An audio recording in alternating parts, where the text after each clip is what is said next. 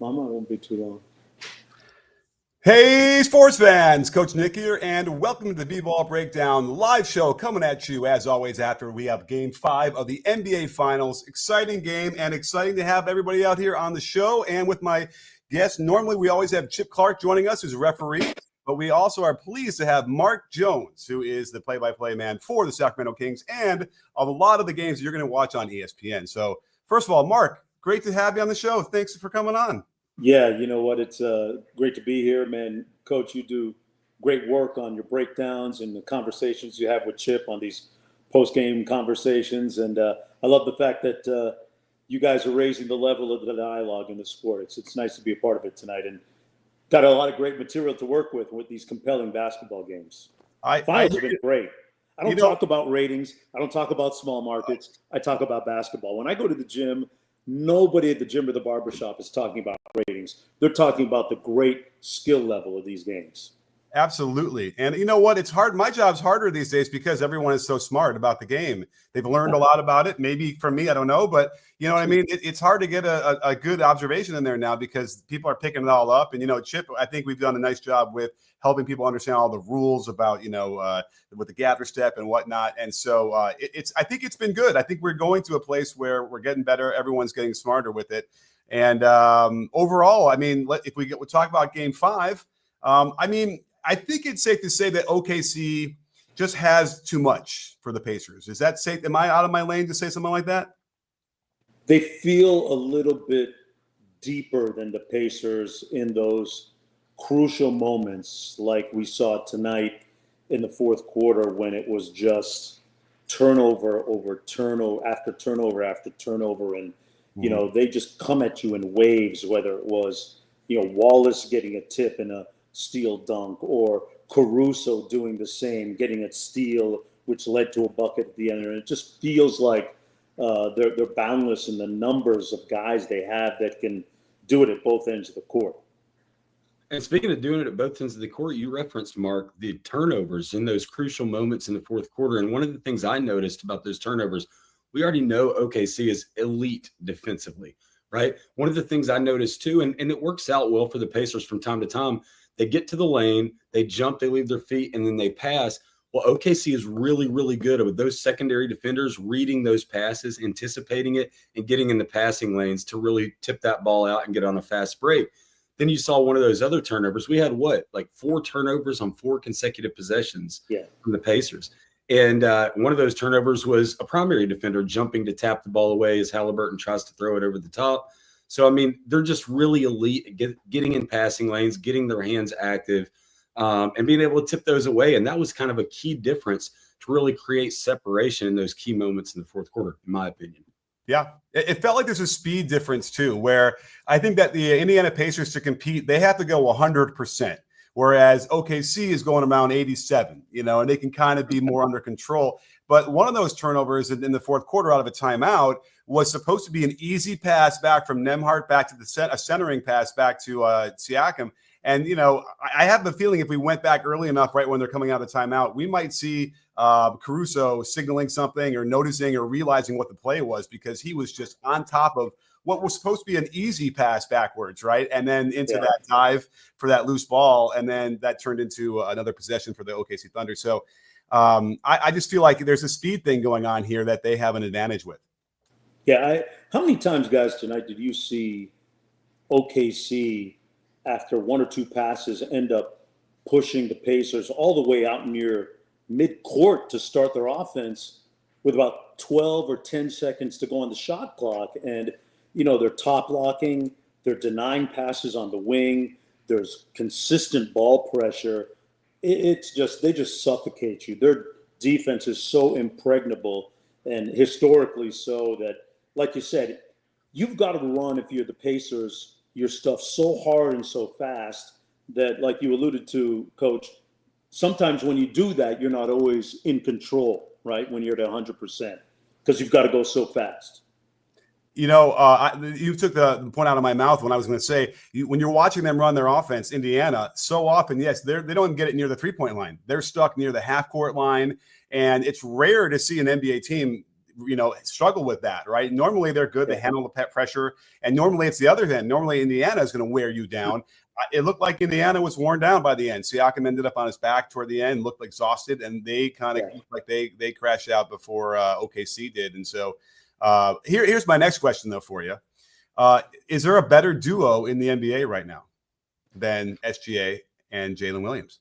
Wow.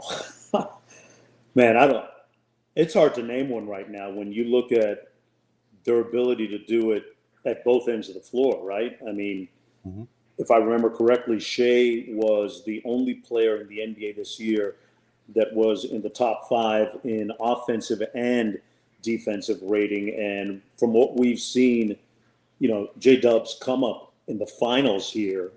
He's getting better game by game. And, no longer can you say that Shea doesn't have that bona fide star beside him. I think that what we're seeing is him being certified, bona fide, qualified J-Dub as that certified number 2 guy. And it's hard to think of a better two-person combination right now. I mean, I think when Luka and Kyrie were together, maybe, but then even at the other end of the court, I don't think they give you the defensive punch that those two guys do right now when you talk about J-Dub and you talk about Shea. So I don't know. I don't think so. I mean, you got to go with I'm talking like Tatum and Brown, right? Chip, if you want to weigh in on that one? No, I was just going to talk about, we've just to elaborate on what Mark said too, is like this, you see J-Dub these last 3 games, especially, game 1, he was still finding himself on some stuff, still had a decent game, but in the loss, game 2, a little bit better, but continues to get better. When you've got your duo scoring 71 points tonight in a game 5, that is ridiculous. Yeah. It's simply amazing. And the way J-Dub can get it done on the other end of the floor, and SGA is not a terrible defender like some people think. You know what I mean? So there's a lot of people that think that he's just not a two-way guy. And he can get it done. He's not going to be your best defender, but he can get it done. You need him on the court. That's what you need. Yeah.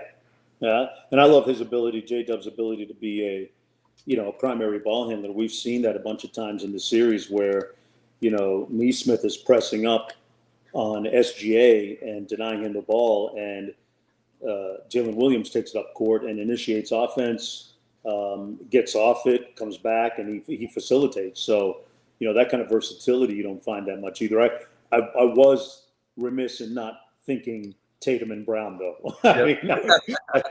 In terms of duos, those guys, those two are probably it. And then after that, I really can't think of anybody. Right. Yeah, you can go LeBron and Luka, perhaps, if you're talking about right now, but they're not as dynamic. I think and listen, it's what have you done for me lately, right? So J-Dub had struggled a little bit up and down, but I got to tell you, like on this stage, at this age, you don't usually go down from there. Like you only go up. His Nash finishes, the off foot, right-handed and left-handed, off the glass. Everybody needs to work on that. Those are terrific in terms of how you can't really stop that. The bigs can't get there in time. Such great touch. And you're right. And I think I noticed this in game 4 where they started having J-Dub just bringing the ball up a lot more, letting SGA get off ball and maybe even resting a little bit from all that pressure. Sure. And then they started running the pick and roll between SGA and J-Dub. And we don't get a lot of that. They did it, I think, maybe like 7 times in game 4. I guarantee they did it probably 7 times at least in this game toward the end down the stretch. So I think the biggest mistake that Indiana is making right now is that they're not putting Siakam on SGA more. I think that's. Do you think because of the length? Do you think the length probably slows him down a little bit? He's done it. He did it twice so far up until tonight, and he did exactly that. I can think of one possession where he was on him right away tonight, and same idea. He got a decent shot off, but his length was there, and he missed the shot. So, and he's strong and he's wiry. He's kind of like SGA, but taller and longer, right? So that's what they need more of. And they're not doing it. It's weird to me that Carlisle has this. Coach Carlisle has. Do you think maybe he's afraid of losing a little bit of offensive punch from Siakam if you have him expending that kind of energy on SGA? That would be my guess, I think. Yeah, I was going to ask you guys, like, if you did put Siakam on SGA, how many possessions are we talking? Is it that was going to be my question. Is I love it because I've seen, and you even shared one on Twitter tonight, but I observed it right away. the one time that I saw him in quarter 3, I believe, it was that step back. And the reason I like Siakam on SGA from time to time is because SGA is so good in the mid range. And so those step backs or whatever, and then Siakam gets his hand up there and he's still allowed to have a paint touch, like he's still in the paint to take up another spot if SGA passes off to a cutter. So, I mean, I like being able to have him on him. I just don't know how many possessions you could do it. Right. I was always thinking like down the stretch, because obviously if it's close down the stretch, yes. But like if they're going to get these leads that are 10, 12, 15 points, then that's not going to help them either, because they're going to expend all the energy they have just to get close, which I think is what happened. So you got it, and game 6, they're going to have to do it right early, because you can't afford to fall down. And, and let's not pretend like Indiana's fallen down by 15 points a lot of times in this series, right? Like I think almost all the games they've done that. And listen, we got to give them a lot of credit. I mean, TJ McConnell, I'm telling you, I've been threatening to make this T-shirt for like 4 or 5 years now, Mark, where it says, which one? It says TJ McConnell is good, period. I love him. So I'm gonna sell it, because I'm telling you, people undersell that guy, and he really does. But Siakam is also terrific. They are a really good team. And by the way, had they had Mathurin last year, I think that they get to the finals again, or they would have. Yeah, he had the shoulder issue last year, which kept him out of the postseason. But back to, and I call him TJ Nash, because that's what some of the guys on the block call him in Indiana. TJ Nash, because he's so good at that Nash dribble, right? Like he's coming under the basket, he's probing, comes out the other side.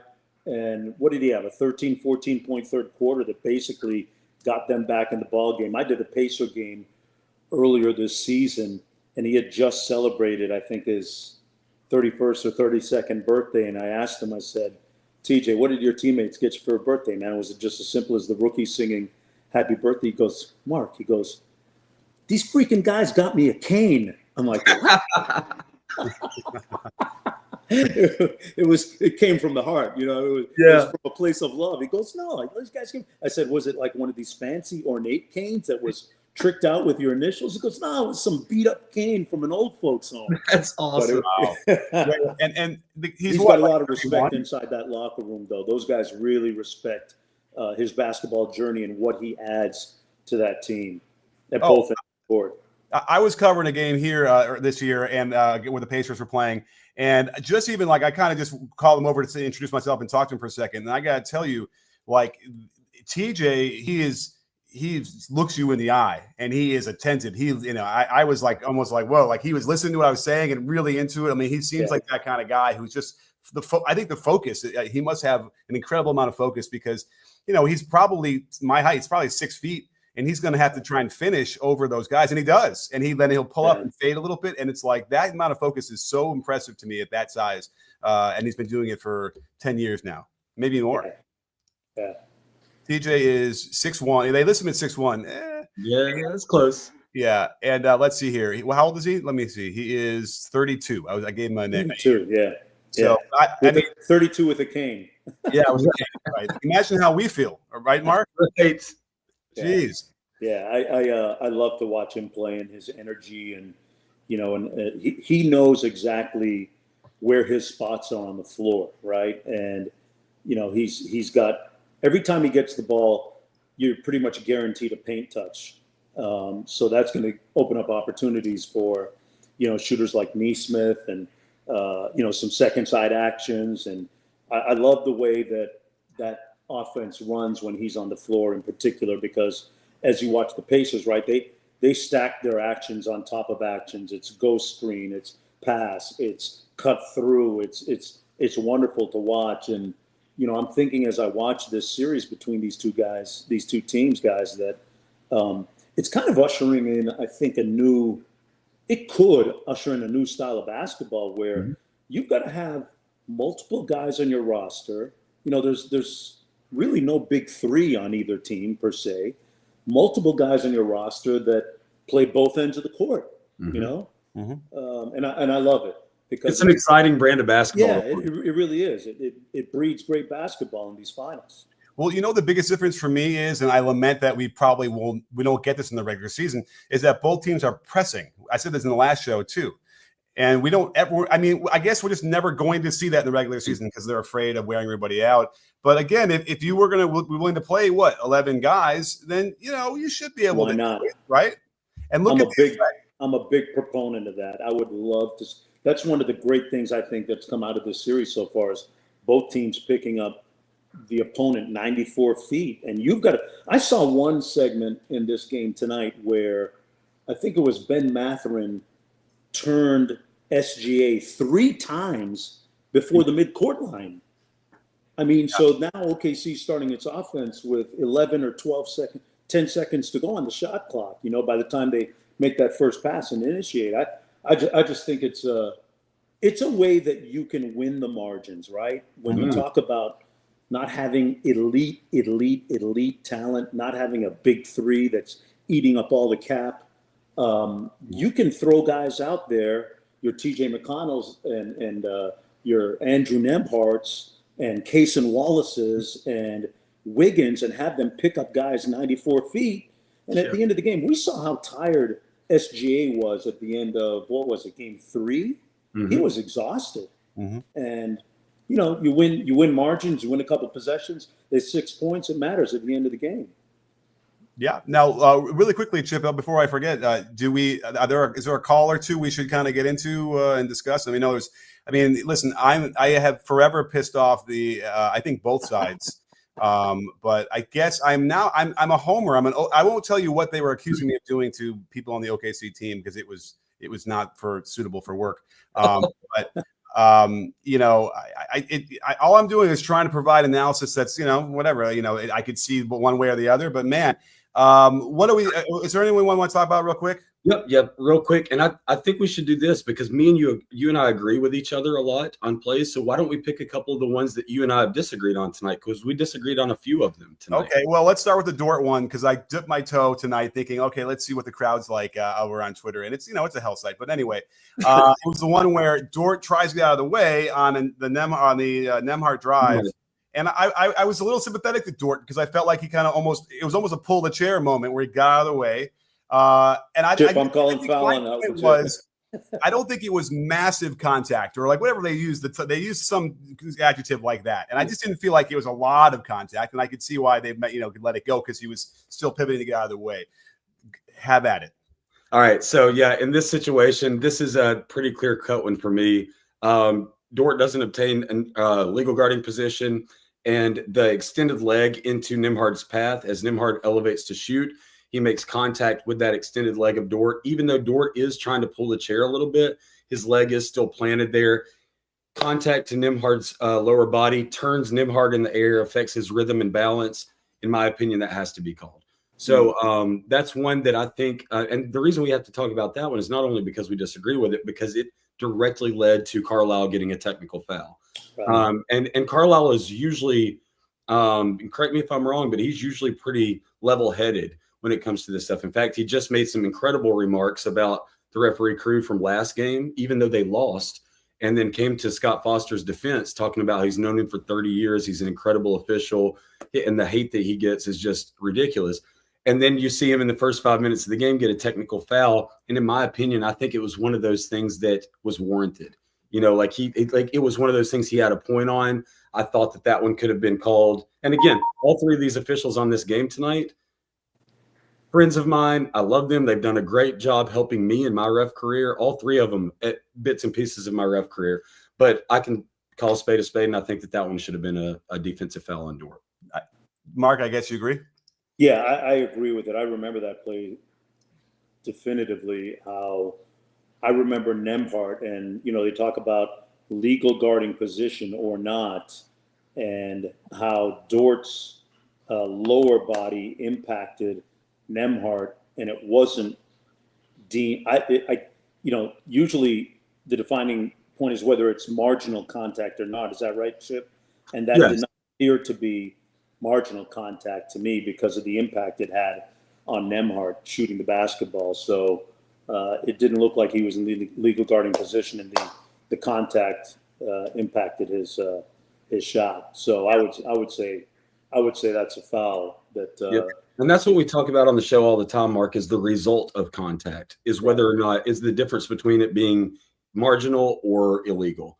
And the result of the contact here, it had an effect on Nimhart's ability to shoot the ball. It turned him in the air, it disrupted his rhythm and balance, and caused him to fall to the floor. I think we got to get that one. Yeah. Now, and remember, in my tweet, I said this could totally be a foul. Or is it a foul? Sure. Now, here's the thing. What you do also see is that Nemhart jumps into him. He wants to create some contact. And as he's pulling away, he's like, oh, crap, it's not where I wanted it to be. And then he's losing his balance. So there's a little bit of a mix there, too. But I'm not going to argue vehemently at that. I get it. I think I was just, more wanted to talk a little bit about the adjective that they use and about how much contact, So what I would want to ask Chip is, they talk about not being able to knock a shooter off his path or a driver off his path, but and where Chip, you guys have the toughest job is determining, sometimes it appears as if the offensive player is initiating contact, which drives him off his own path.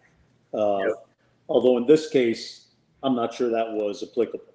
Yeah, it wasn't, because some of the best, and you see SGA do this a lot, and this is why he gets a bad rap. Some of the best ball handlers and some of the best offensive players in the league are really elite at knowing when to initiate contact, because they know their defender is not in legal position.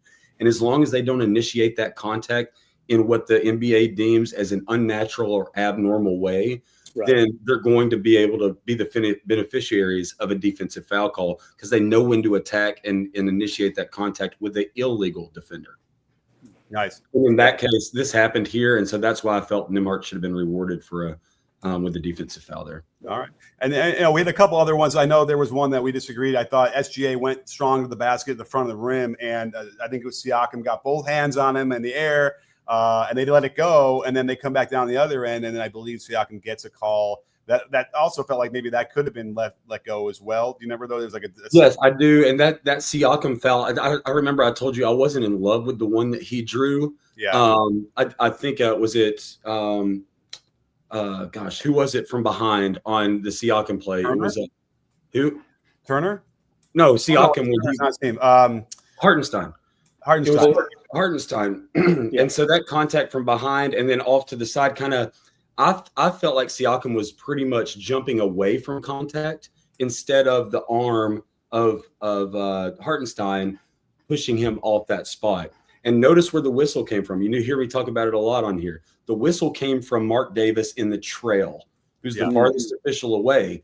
The reason it came from him is he has the best angle, even though he's farthest away. He has the best angle to see between that matchup and to see the separation. That's why he comes with the late secondary cadence whistle. I didn't love it, but I can't disagree with the call. On the other end, I think if one's going to be a foul, the other one needs to. And I think that's probably the best route to take on these two. You talk about the trail official making that call, Chip. Is that usually the slot guy? So in that situation, the play is kind of coming. It's really weird because where the play happens in the lane, the slot has a closed look. He's looking through the side of the offensive player, Siakam, and the lead has a closed look on the other side, looking through kind of defenders in the lane and Hartenstein. So the one with the through angle, the one to see between the defender and the offensive player is the trail. It just so happens he's the farthest away, but he has the best angle to see any A to B or bump off the straight line path or anything like that. Right. Yeah. Right. That's great. Well, Mark, listen, your time is very valuable. So, I don't want to take up too much of it, but I definitely want to get your take on what you think is going to happen in the rest of the series going forward. Wow. Game 6. Hey, listen, as a fan, I want this to go 7 games. That's my disclaimer right off the top, because I never want the season to end. Right. They should play 12 games until Summer League starts in Las Vegas, if it was up to me. But I'm the first wild card, of course, is going to be the health of Tyrese Halliburton going forward, because those calf situations can be very tenuous. So, I'd love to see him recover. He's got a couple of days to get treatment and recover, and I would like to see the Pacers be able to be a little bit more forceful in being able to get north-south as opposed to all the east-west actions that are happening right now. And part of that, of course, is due to OKC's just stifling defense. But, some ram screen to screener stuff, just a lot of vertical actions, flex, whatever you want to do. I mean, just to get some north-south staggers, because it seems to me that OKC has even solved a lot of the 77 stuff that the Pacers like to run, the double drags, and sometimes they skip it to the second guy. And, I'm waiting to see what Rick Carlisle does in terms of an offensive adjustment. I think he'll be able to do it, but, they've got to be able to have Tyrese Halliburton on the floor for at least 28 minutes, 28 to 30 minutes. I would say they would need to start the offense earlier and start pitching ahead earlier and running into the offense. So, like, all the handoffs that I'd like to do should be started maybe in the backcourt, throw it up into the front court, and then you're sprinting into there. Otherwise, they're dribbling the ball 4 or 5 times. And I have a feeling if I looked at all the turnovers, that they're getting into trouble because they're taking the 3-4, they get stagnant in one spot, and now the pressure pushes up, and now the ball isn't moving like it did in game 5. That's what happened. That's what happened early in the game. If you noticed, that's a great call, Nick. That's exactly what happened early when Siakam had like 4 turnovers in the first quarter. He ended up with, I think, 5 or 6, but they were getting it ahead, but everybody was catching up, and you can't have the ball stick for too long with OKC because once they start getting in gaps, and it's over. Mm-hmm. It's over. So you think we've seen when Indiana's been the most successful is when they are moving it quickly. We're not just talking about the pace up and down. That's one of the reasons we love this finals. The pace has been amazing. But in the front court, being able to not have it stick and getting that to the next player and moving the ball around quickly has been the recipe for success. So who do you have in game 7 then? I'm going to go Pacers game 6 and then OKC in game 7. Yeah. I think that's what we've been saying too. Well, eventually we got there, right, Chip? Well, yeah, I think I'm probably there now. But if I can't adjust it, I had Pacers in 7. But yeah, so we'll see. We'll see how it turns out. I think that OKC 7 is probably a wise pick. Yeah. I'll never count out Halliburton and the Pacers because he's had a storybook type of postseason, and like having covered him for a year and a half in Sacramento, he's such a presence on the court with his teammates.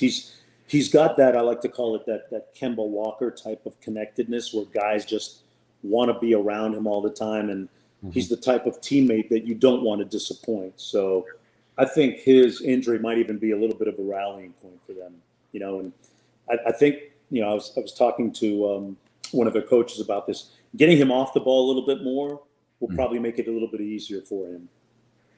Great. Yeah, well, Mark, I can't thank you enough for coming on. And please don't be a stranger. If you want to come on, we'll love to have you on again and break it down like this because this is great. Yeah. I love being a part of the conversation. Guys, thanks. Keep up the great work, guys. And hey, you know what? We'll do it again after game 7. Let's right? do it. Great. You got it, Mark. We'll talk Good to see you, Mark. All right, Chip. You got it, Chip. Nick, see you later. Okay, well, let's bring in Chris because we got Chris waiting so patiently for us to be part of the show. What's up, Chris? How's it going, guys? Good, man. It's going so well that we have to get into super chats right away because we got right away there for a while. I feel Sounds terrible. good. So can we do it? Let's get it, and then we'll get all your takes. Maybe you'll be able to weave them in, Chris, throughout the answers. Yeah. Here. But we got Cliffside. Cliff is always with us, best friend of the breakdown. Thank you so much. And he says, should NBA do something about quick inbounds before the other team can challenge? Those situations don't feel uniform. It's left to the ref's judgment. Great question, Chip. I suppose that's for you. Yep, and I'll make it quick. So the actual rule says that the team that wants to challenge needs to request a timeout immediately. Mm-hmm. Okay, so they need to request a timeout immediately and instantly signal for a challenge. Now, that can be left up to interpretation because we see a little bit more forgiveness. Sometimes it's because the ball bounced away and we can't get it back in time. But if they are ready to resume play, there's technically nothing that says that we have to hold the ball and wait for them to challenge. If they want to challenge a play, they need to do so immediately. So in this situation, it's one of those things. A lot of times, too, I will be honest, the ref saves the team from having to waste a challenge because they know if their call is sometimes they just know for a fact their call is correct, and they don't want the team to have to waste their challenge. And so if the team's ready to play, they're just going to put it at their disposal and let's get on with it. And they can thank me later, So, I mean, it's sometimes it's that, but sometimes they are ready for play and they just put it in play. because technically they're supposed to request a timeout immediately to challenge a play. All right, great answer. And I mean, listen, I kind of don't mind the leeway a little bit there, but I hear you. Uniformity would be nice.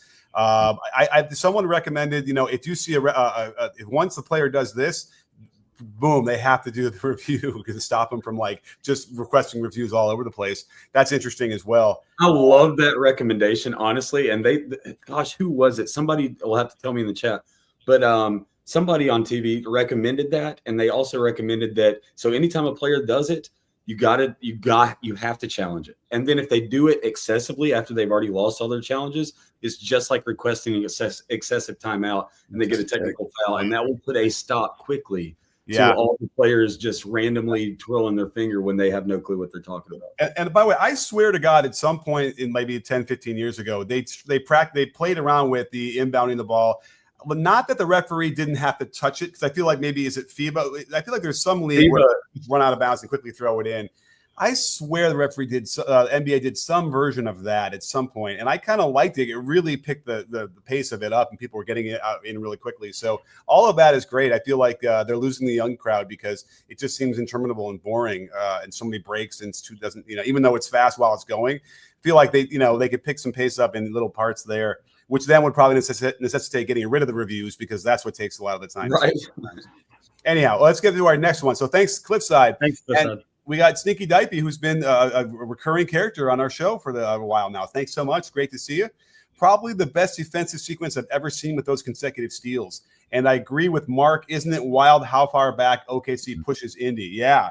I mean, they're running their offense back near the half-court line on, 30% of the possessions. You don't normally see a pro team do that. Like, they don't usually struggle with that kind of pressure. Mm-hmm. Chris, go ahead.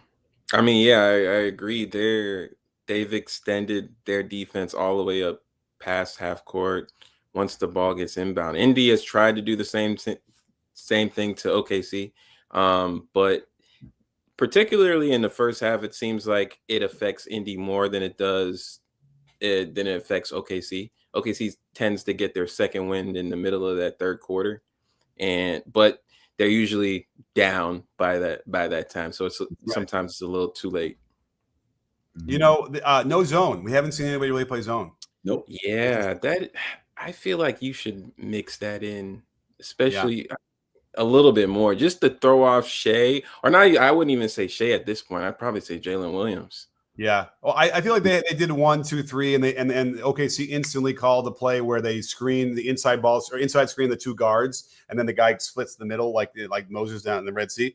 And I think Carlisle was like, they're too well prepared. I'm not going to do it. But you know what? There's got to be a counter to that as well, and then they can kind of figure that out. So I would like to see or do a 1-3-1. Do something different there. They have time to throw something in there for a couple of days of practice, but.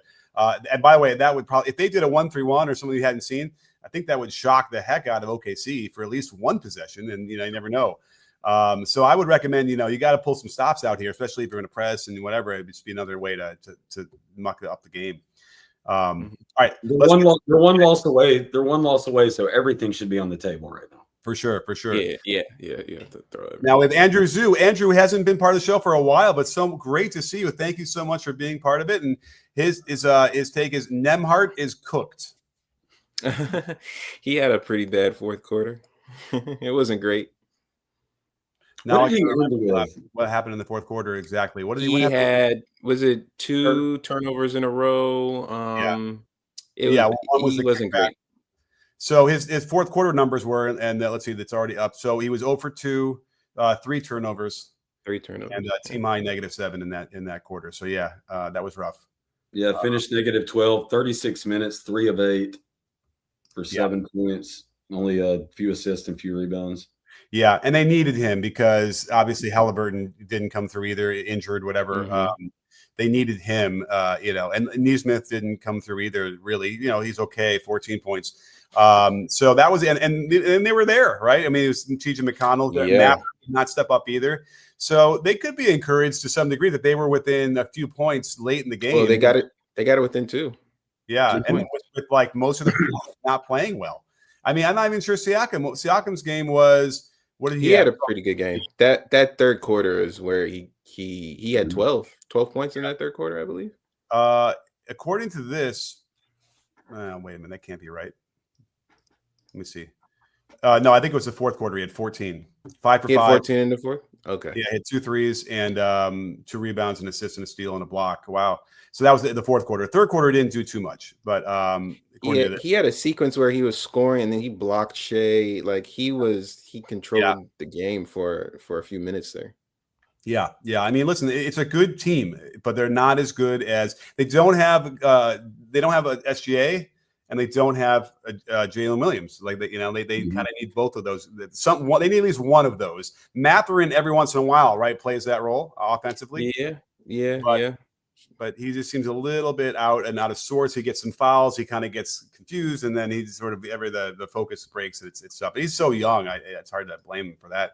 Then we have the usual suspects tonight. Always great to see you, Ben. Thanks so much. I feel like the Pacers have incomplete offenses individually as players, which results in why they struggle in half court. J-Dub on fire. And I think that's what we were saying, right? The Pacers, they just have when you go up against a defense like that, you're going to have somebody that can create, and do something on his own a little bit. And they're just struggling to find that. I agree. And goodness, J-Dub tonight was ridiculous. I mean, absolutely ridiculous. 40 points. I mean, you texted me at some point, J-Dub's ridiculous. And then I had to text it back to you 35 minutes later because he was still doing it, right? He's still doing it. Yeah. So I was going to say this when Mark was on too about J-Dub. We see SGA was really good at this, but J-Dub is actually when he finds a way to get to the rack, and we've talked about his scoop layups and stuff like that, his one-handed layups. He's also starting to, in my opinion, get even better at finding contact too, to try to get to the free throw line. I'm not saying he's foul baiting, but he's finding that contact too, to be able to either get an N1 or get a couple of free throws out of it. I don't know how many free throws he ended with, but I saw some really strategic moves by him tonight as he's rounding the corner, getting to the rack, where he's kind of seeking out contact in a normal basketball way. So that can be the next kind of evolution of his game. I'm not talking about foul baiting. I'm just talking about being smart. Yeah. By the way, I've been working with some kids the last couple of weekends. We had 11-year-olds who were pretty good, and they were veering into defenders. They were cutting them off. They were kind of creating contact. They're doing everything the SGA does. And I'm like, why is everybody so mad? Like, you guys know how to do that, And they're 11 years old, they're doing it, right? And it was great. That's exactly what you need to do to combat, the defense. They're bigger or they're stronger, whatever. You can draw the foul. So it's weird. It's hard to figure out exactly what the motivations are of a lot of people who are freaking out, or the people that are freaking out on me on Twitter. Maybe it's just 15 people, and that's it. And it just seems like a lot more. I don't know. I had people yelling at me saying everyone is cooking. I'm like, yeah, it's 5 people. No, it's thousands. I'm like, it's 5. Everyone else is either liking it or just sort of agreeing and not saying anything, right? I don't know. It's really funny. Well, I was going to say this too. SGA ended up 13 of 14 from the line tonight, but J-Dub got 12 free throws as well, 9 of 12. So that's kind of what I was talking about, is being able to get to the rack and make those really cool layups, those over the top, off the glass. He's doing it all around the rim. And that's the next evolution, is being able to get to the line as well.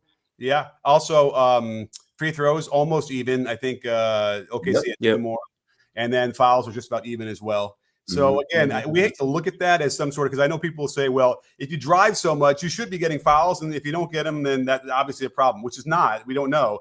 But at the very least, on a back of the napkin math here, right? It's it's where it should be, I suppose. And those people would be the same exact people to be sure to call out if the free throw disparity and the foul count was way out of whack. Yeah, right. So I mean, so that wasn't. What do you want?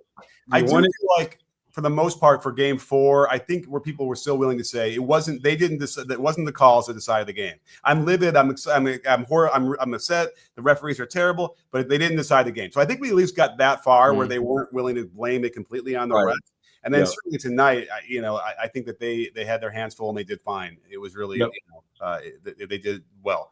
All right, let's get to Rich X Wolf. Thanks so much, Rich. Great to see you. Big fan of your work, Mark. Oh, sorry, Rich. But we'll make sure Mark sees it.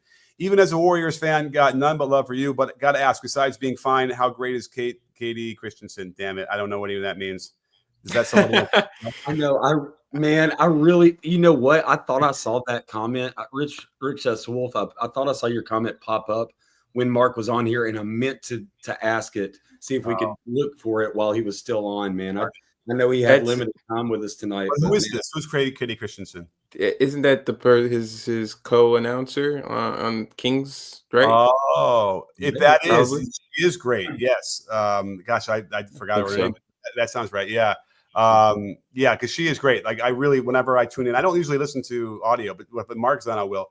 And then she'll pop on and like, yeah, she's great. So, all right. Well, sorry, Rich. I apologize vehemently, but he'll be back. Andrew Zhu, Andrew, thank you again. Double super chat tonight. Really appreciate it. Can't imagine LeBron, Luka lasting 7 games versus OKC. Yeah, they would not, right? They'd get worn down. Yeah. Even the new Luka. I mean, I think they would get worn. You don't think? Well, okay. Who's starting him? Luka would definitely get worn down. If what LeBron are we talking about? Are we talking about year 22 LeBron? Yeah, I mean, who else would we be talking about now? Yeah. Well, yeah, and then right, it's not really fair. No, they need an infusion. They need another player, right? The way this is going, where LeBron is going, they need another player who can really, it seems impossible, right? And then next thing you know, they're going to trade for Giannis, right? As far as we know. But nobody seems to know where Giannis is going. And I've been trying to find out. Trust me. I know, man. I want to know where he's going to. I mean, I guess it's the age-old question we discussed before: age versus experience. What wins? You know what I mean? Yeah. So, like, I don't know, man. In a 7-game series, youth. I like youth. If you're going to press like this, yeah, I mean that's awesome. And again, I don't remember. I gotta if I go back to the X amount of finals. No one's pressing like this, right? They weren't doing it. And it makes them take time off. Even if you want to lightly press and have them, take 7 seconds in the backcourt, like that's still that's almost a win for you. So, and these are teams that want to go up and down too. Like you think, oh, we can't press because they want to go fast, but no, like this is really having the opposite effect too of a containment press as well. So like, I think Chris, like spot on, you got to have different types of presses and different aggression, and then that fall back into zone, go back to man, start in the zone, go to man, or vice versa. That's the next evolution I think we're going to end up needing to see. Yeah. All right, let's get to Ben. Ben again. Thanks so much, Ben. 77 and LBJ can if they have the right players, which I think is what we were just saying too, right? They need another player, right? I don't think they're going to get it done with Austin Reeves and Vanderbilt. I just remembered LeBron and Luka on the same team. Wasn't that wild? Completely forgot they were on the same team. Yeah, I was thinking about they were separate, and that's the way I answered it. Doesn't that seem like remember the trade happened? That seems like 6 or 8 months ago, right? It's probably right. It's been a long season. So crazy. That's so crazy. Yeah. So they need to do something over the offseason. They don't want to waste those two, but I don't know what they're going to be able to do. Let's get to Geary Nandan. Thanks so much. I don't know. Do we ever figure out what? We need to figure that out. Yeah, because it seems like a lot, and I don't know if it is or not. But thank you so much for 100. Is it rupees? I don't know. We'll have to figure out what that is. I'm the ugly American who doesn't know what the symbols mean. But same. Yeah, I wonder. And I can't copy and paste it. So maybe I can actually. No, I don't think I can. I'll try. OKC has excellent perimeter defense that you have to counter with more high post touches for Siakam and Turner in the low post at times versus mismatches. I don't think that works. I don't think that really matters because OKC is really good at poking away those passes. You have to empty out the whole side and just leave them ISO. They don't do a good job of posting up Siakam and Turner. There's always somebody near. Siakam does. I think he's ducking in. I think he's getting the small on him, and he's holding him off, and they're a little bit. They're finding him. Yeah, but the help is always there. Someone always leaves their man and pokes it away or something. It's never a clean catch. And if he does catch it, he catches it and takes 2 steps and he's at the 3-point line. So it's like, what was the point of the post up? Interesting. Yeah. We saw a lot of spraying for threes. Now I'm thinking, I guess it's probably against the Pacers defense is now in my mind's eye. And that was another problem defensively for the Pacers, which was that they, OKC was getting it in good spots into the lane, and then it was over. Like that's why they were getting those threes. They had 2 more threes, I believe, than the Pacers, and they also turned the ball over way less. 22 turnovers by the Pacers and whatever they had, 11 maybe, 11. So you just can't win a game in the playoffs by getting outscored from the 3-point line and turning it over 11 more times than the other team. It's just no way. Well, I mean, if Siakam and Turner can get the mismatches, you don't see any value in getting it to them in the low post if they can get the mismatches. I do. I think they were doing that. Yeah. It doesn't seem efficient to me. I don't know. It just it's never clean. It's clunky. Get a bucket, like and they're attacking SGA, by the way. Like I forgot to mention earlier, but like you keep seeing there are moments when they kind of get an ice opportunity, they're going to go at him to get fouls and tire him out, all that stuff, or they certainly want to get him on Siakam and let Siakam bring him down. So that's and I like the high post notion of like trying to diffuse some of the pressure by hitting it there, but their offense doesn't really run through the high post like that, which is bad. And by the way, I think Hartenstein, I think, got like a high post touch and a quick little, like a one-time shovel pass. And then I think maybe Caruso misses the layup or gets it blocked. Gosh, when was that? And it was so beautiful. It was like, that's the Hartenstein they could have, and they don't use it enough. And it's like, right. Like it was like a quick somebody, and it was like a little like he started to dribble, and then he quickly shoveled it, and it was like, it was perfect, and they blew the assist. But at any rate, I'm a big high post guy, so I'm always going to advocate for that. Yeah. All right, but thank you, Geary, and let's get to Dave. Dave Wu, awesome to have you here. This is New Zealand, right? Or what did we have? What did we say NT was? I don't remember. God darn it. Anyway, this seems like a lot of money too. I don't know. It is.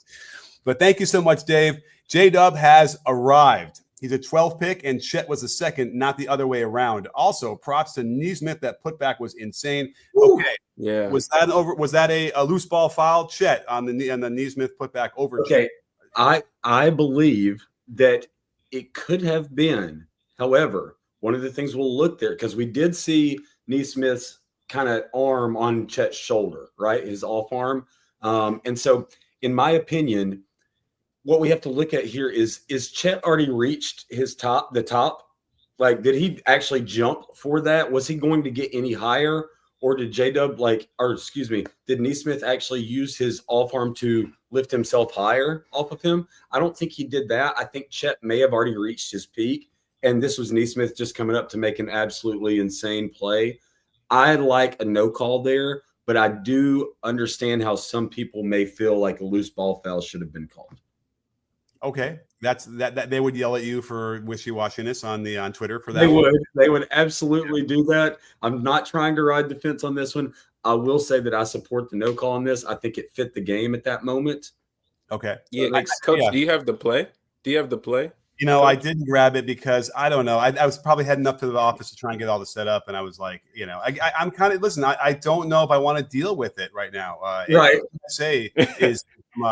I'm telling you, the salacious nature of what people are describing about that I'm doing to people on the OKC Thunder is so horrible and great. It's just like creepy and gross. Maybe I'm just old and whatever, but like that stuff is. I don't know why you want to write that in public. It's weird, Oh, it's so crazy, man. All right, you want to reveal yourself as whatever. Okay, but the point being that I don't have it on my phone. I didn't grab it, but I think one argument could very well be he so quickly got it through the rim. That it was almost like he did it sort of almost before the foul revealed itself and became a thing. It was like over before it happened. That's another thing too. The ball's already being taken out of bounds, like when we're still figuring out what happened. And so that's why I want to point out these things happen live at game speed.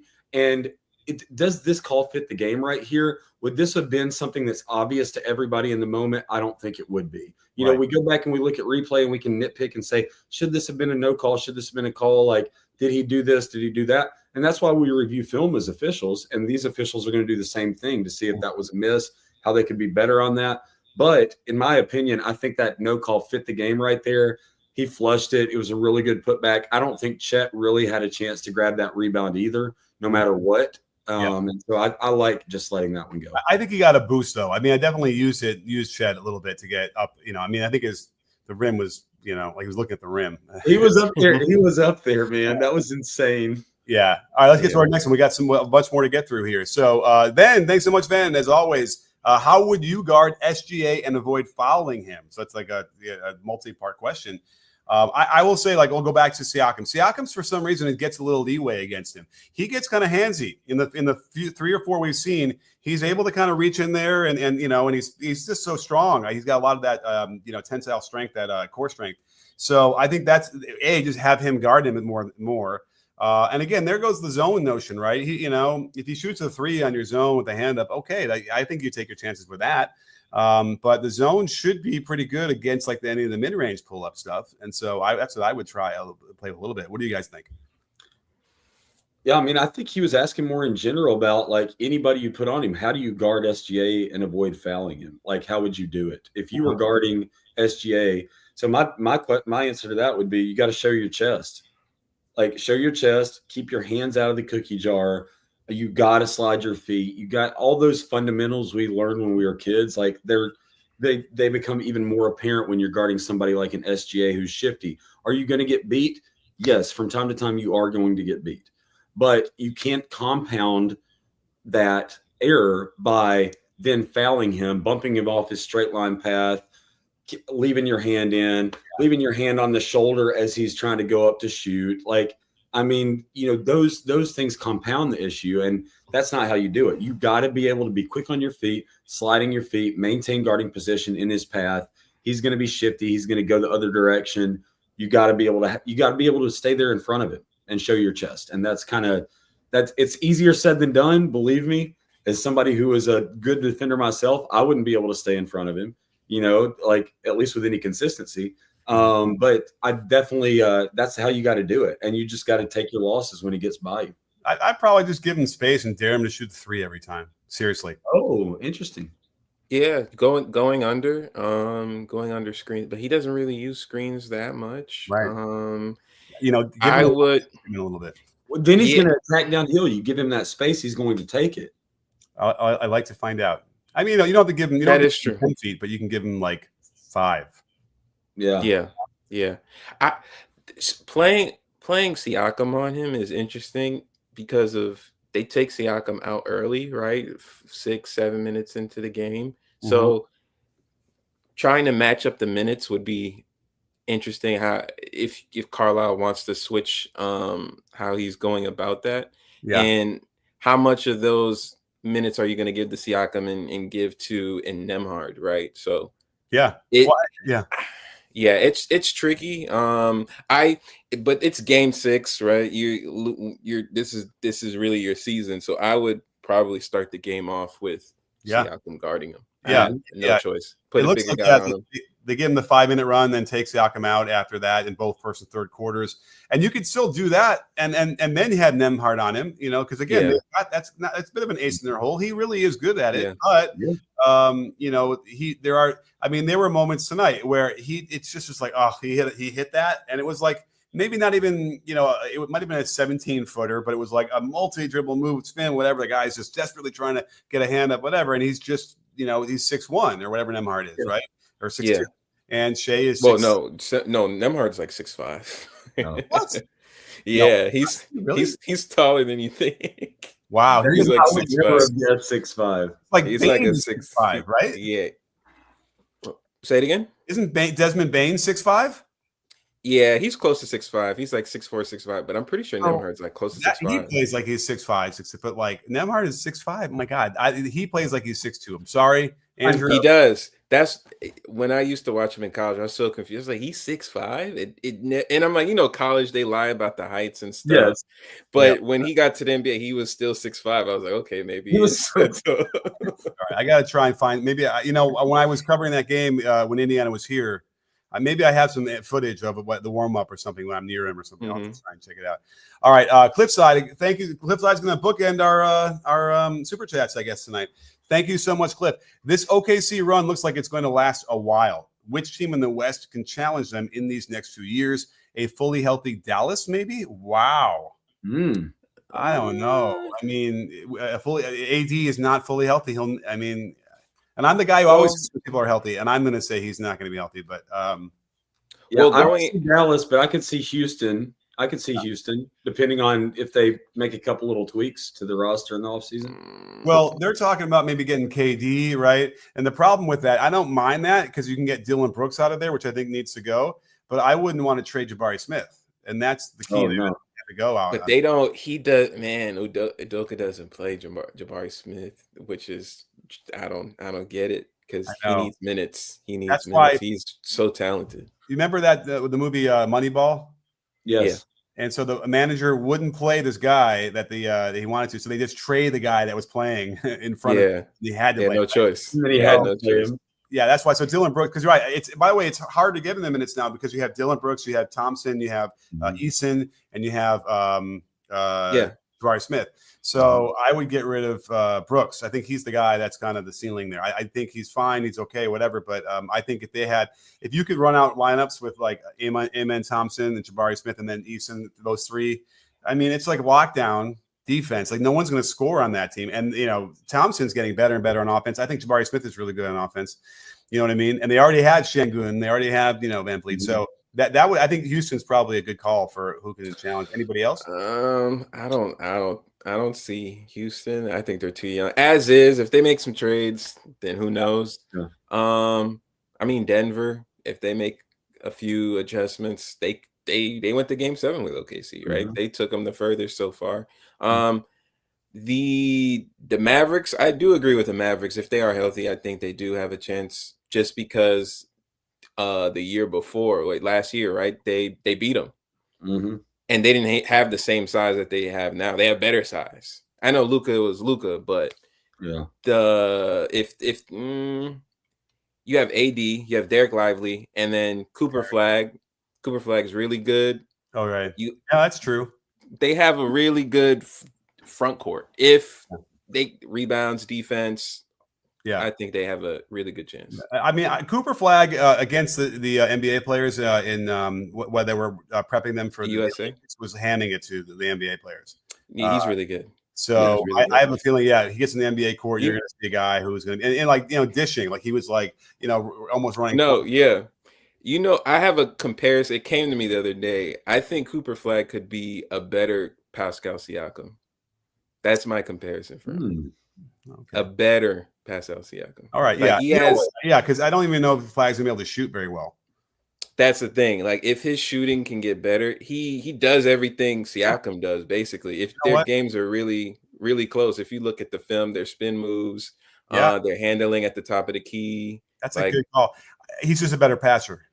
Yeah. Cooper Flag's a better passer, which in turn can make him harder to guard all around. In that like Caitlin Clark mode where I keep insisting, I'm stay tuned for some videos. She's her best attribute is her passing, and once you understand that, now you can't guard her because you just don't know when she's going to throw it, shoot it, and you're stuck. And like that's why guys like that are so hard to guard. But the shooting thing, I'm just praying that somebody worked with him and he improves his rhythm and finds it because he's got a great feel.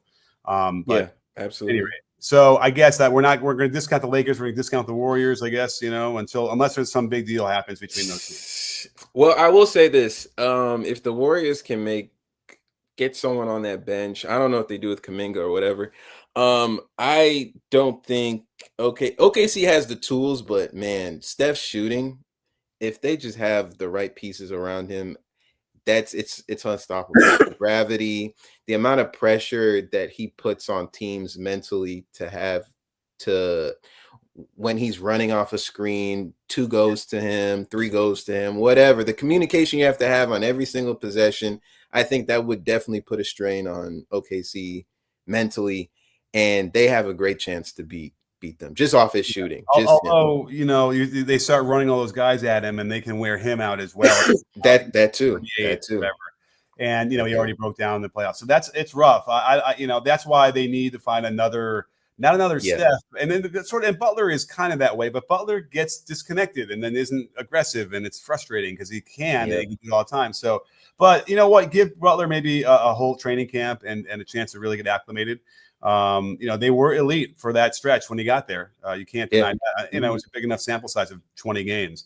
So they did have a proof of concept that they can, but they're going to need to upgrade somewhere. All right. Well, listen, it's this great show. It's late for you guys. Wanting to get back into bed before it gets too late and you guys can't function tomorrow. Yeah. But thank you so much, and thanks to Mark Jones out there for being on the show. And thank you all for the super chats. Really, really appreciate that. It helps us keep the show going. And from Facebook to Twitter to YouTube, everyone out there, thank you for being part of the show. Anything else before we sign off? The question before the super chat before this one, how would you guard SGA? I also think that if you're going to foul him, you have to make it count. Yeah. Not the little tight fouls. There was a turnover and SGA got it on a fast break. I don't know if you remember, and Halliburton just barely tapped him. I think that was a great opportunity just to grab him or push him or something. Yeah. Just to mess up his rhythm, and he just barely tapped him. He gets the and one, and the lead goes back up. I think that was a perfect opportunity. You have to make your fouls count. You have to make them feel you, and the Pacers don't always do that enough. Mm-hmm. There was another one, J-Dub as well. So like J-Dub got the fast break, and then Hallie goes to reach in. That was one you talked to me about, Coach. Is you sent me, and Hallie gets his arm or his hand to the ball while it's in J-Dub's hand. You remember that? Mm-hmm. But he kind of comes around, he comes down on the arm after he contacts the ball. And in that situation, the reason a foul was called, similar to a play, different play, but similar to one we had in the NBA Finals last year. Yeah. The one in the corner shot, he gets his hand to the ball, but then rakes him down the arm. You remember that corner shot? Jay Washington, I believe, or but he hits the ball, but he doesn't dislodge the ball, then rakes him down the arm, and so it's a shooting foul. Similar to that here. J-Dub goes up with the ball, Hallie gets to the ball first, but then contacts across the right arm of J-Dub. When he does that, it doesn't dislodge the ball, so that's why they got the foul on that. But you got to make those fouls count. If you're going to foul them right there, same with J-Dub as SGA. You got to make them count. Yeah. But I just wanted to discuss that play because that was one other one we discussed. Yeah. Okay. Fair enough. I mean, because I felt like he got ball, and then the angle I was studying, you can't. It's really hard to see the contact with the forearm anyway because we're looking down on it. And I used it because I liked it because you could see that he gets the ball first. Yeah. Right. Yeah. If it's not dislodged, then that other contact is not deemed marginal anymore.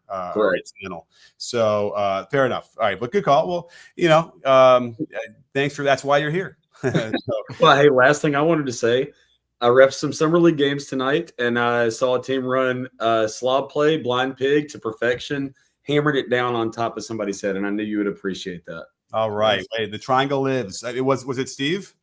You know what? It's funny is Steve was standing in the corner watching this other team do it, and I think this other coach stole it from Steve. And as soon as they did it, I looked over at Steve and pointed at him, and he was like, "Yeah, right, yeah." Steve being a high school coach in the area that runs the triangle, or we ran the triangle offense for a long time, and blind pig is obviously the third option. So awesome, great call. I wish maybe we'll have to get that clip and send it to me. I want to see it. Yeah, for sure. All right. Well, anyway, thanks so much for everyone being out there. Thank you guys, Chris, Chip, for being part of the show as always. We'll be back again. Hopefully, you guys are available for Game 6. Where are we? Game 6. Game 6. Yeah. What is time? Anyhow, all right. Well, thank you all for being there, and don't forget, sports fans, at B-Ball Breakdown, we're not a channel, we're a conversation. You win? Are you in, guys? Definitely. I'm in.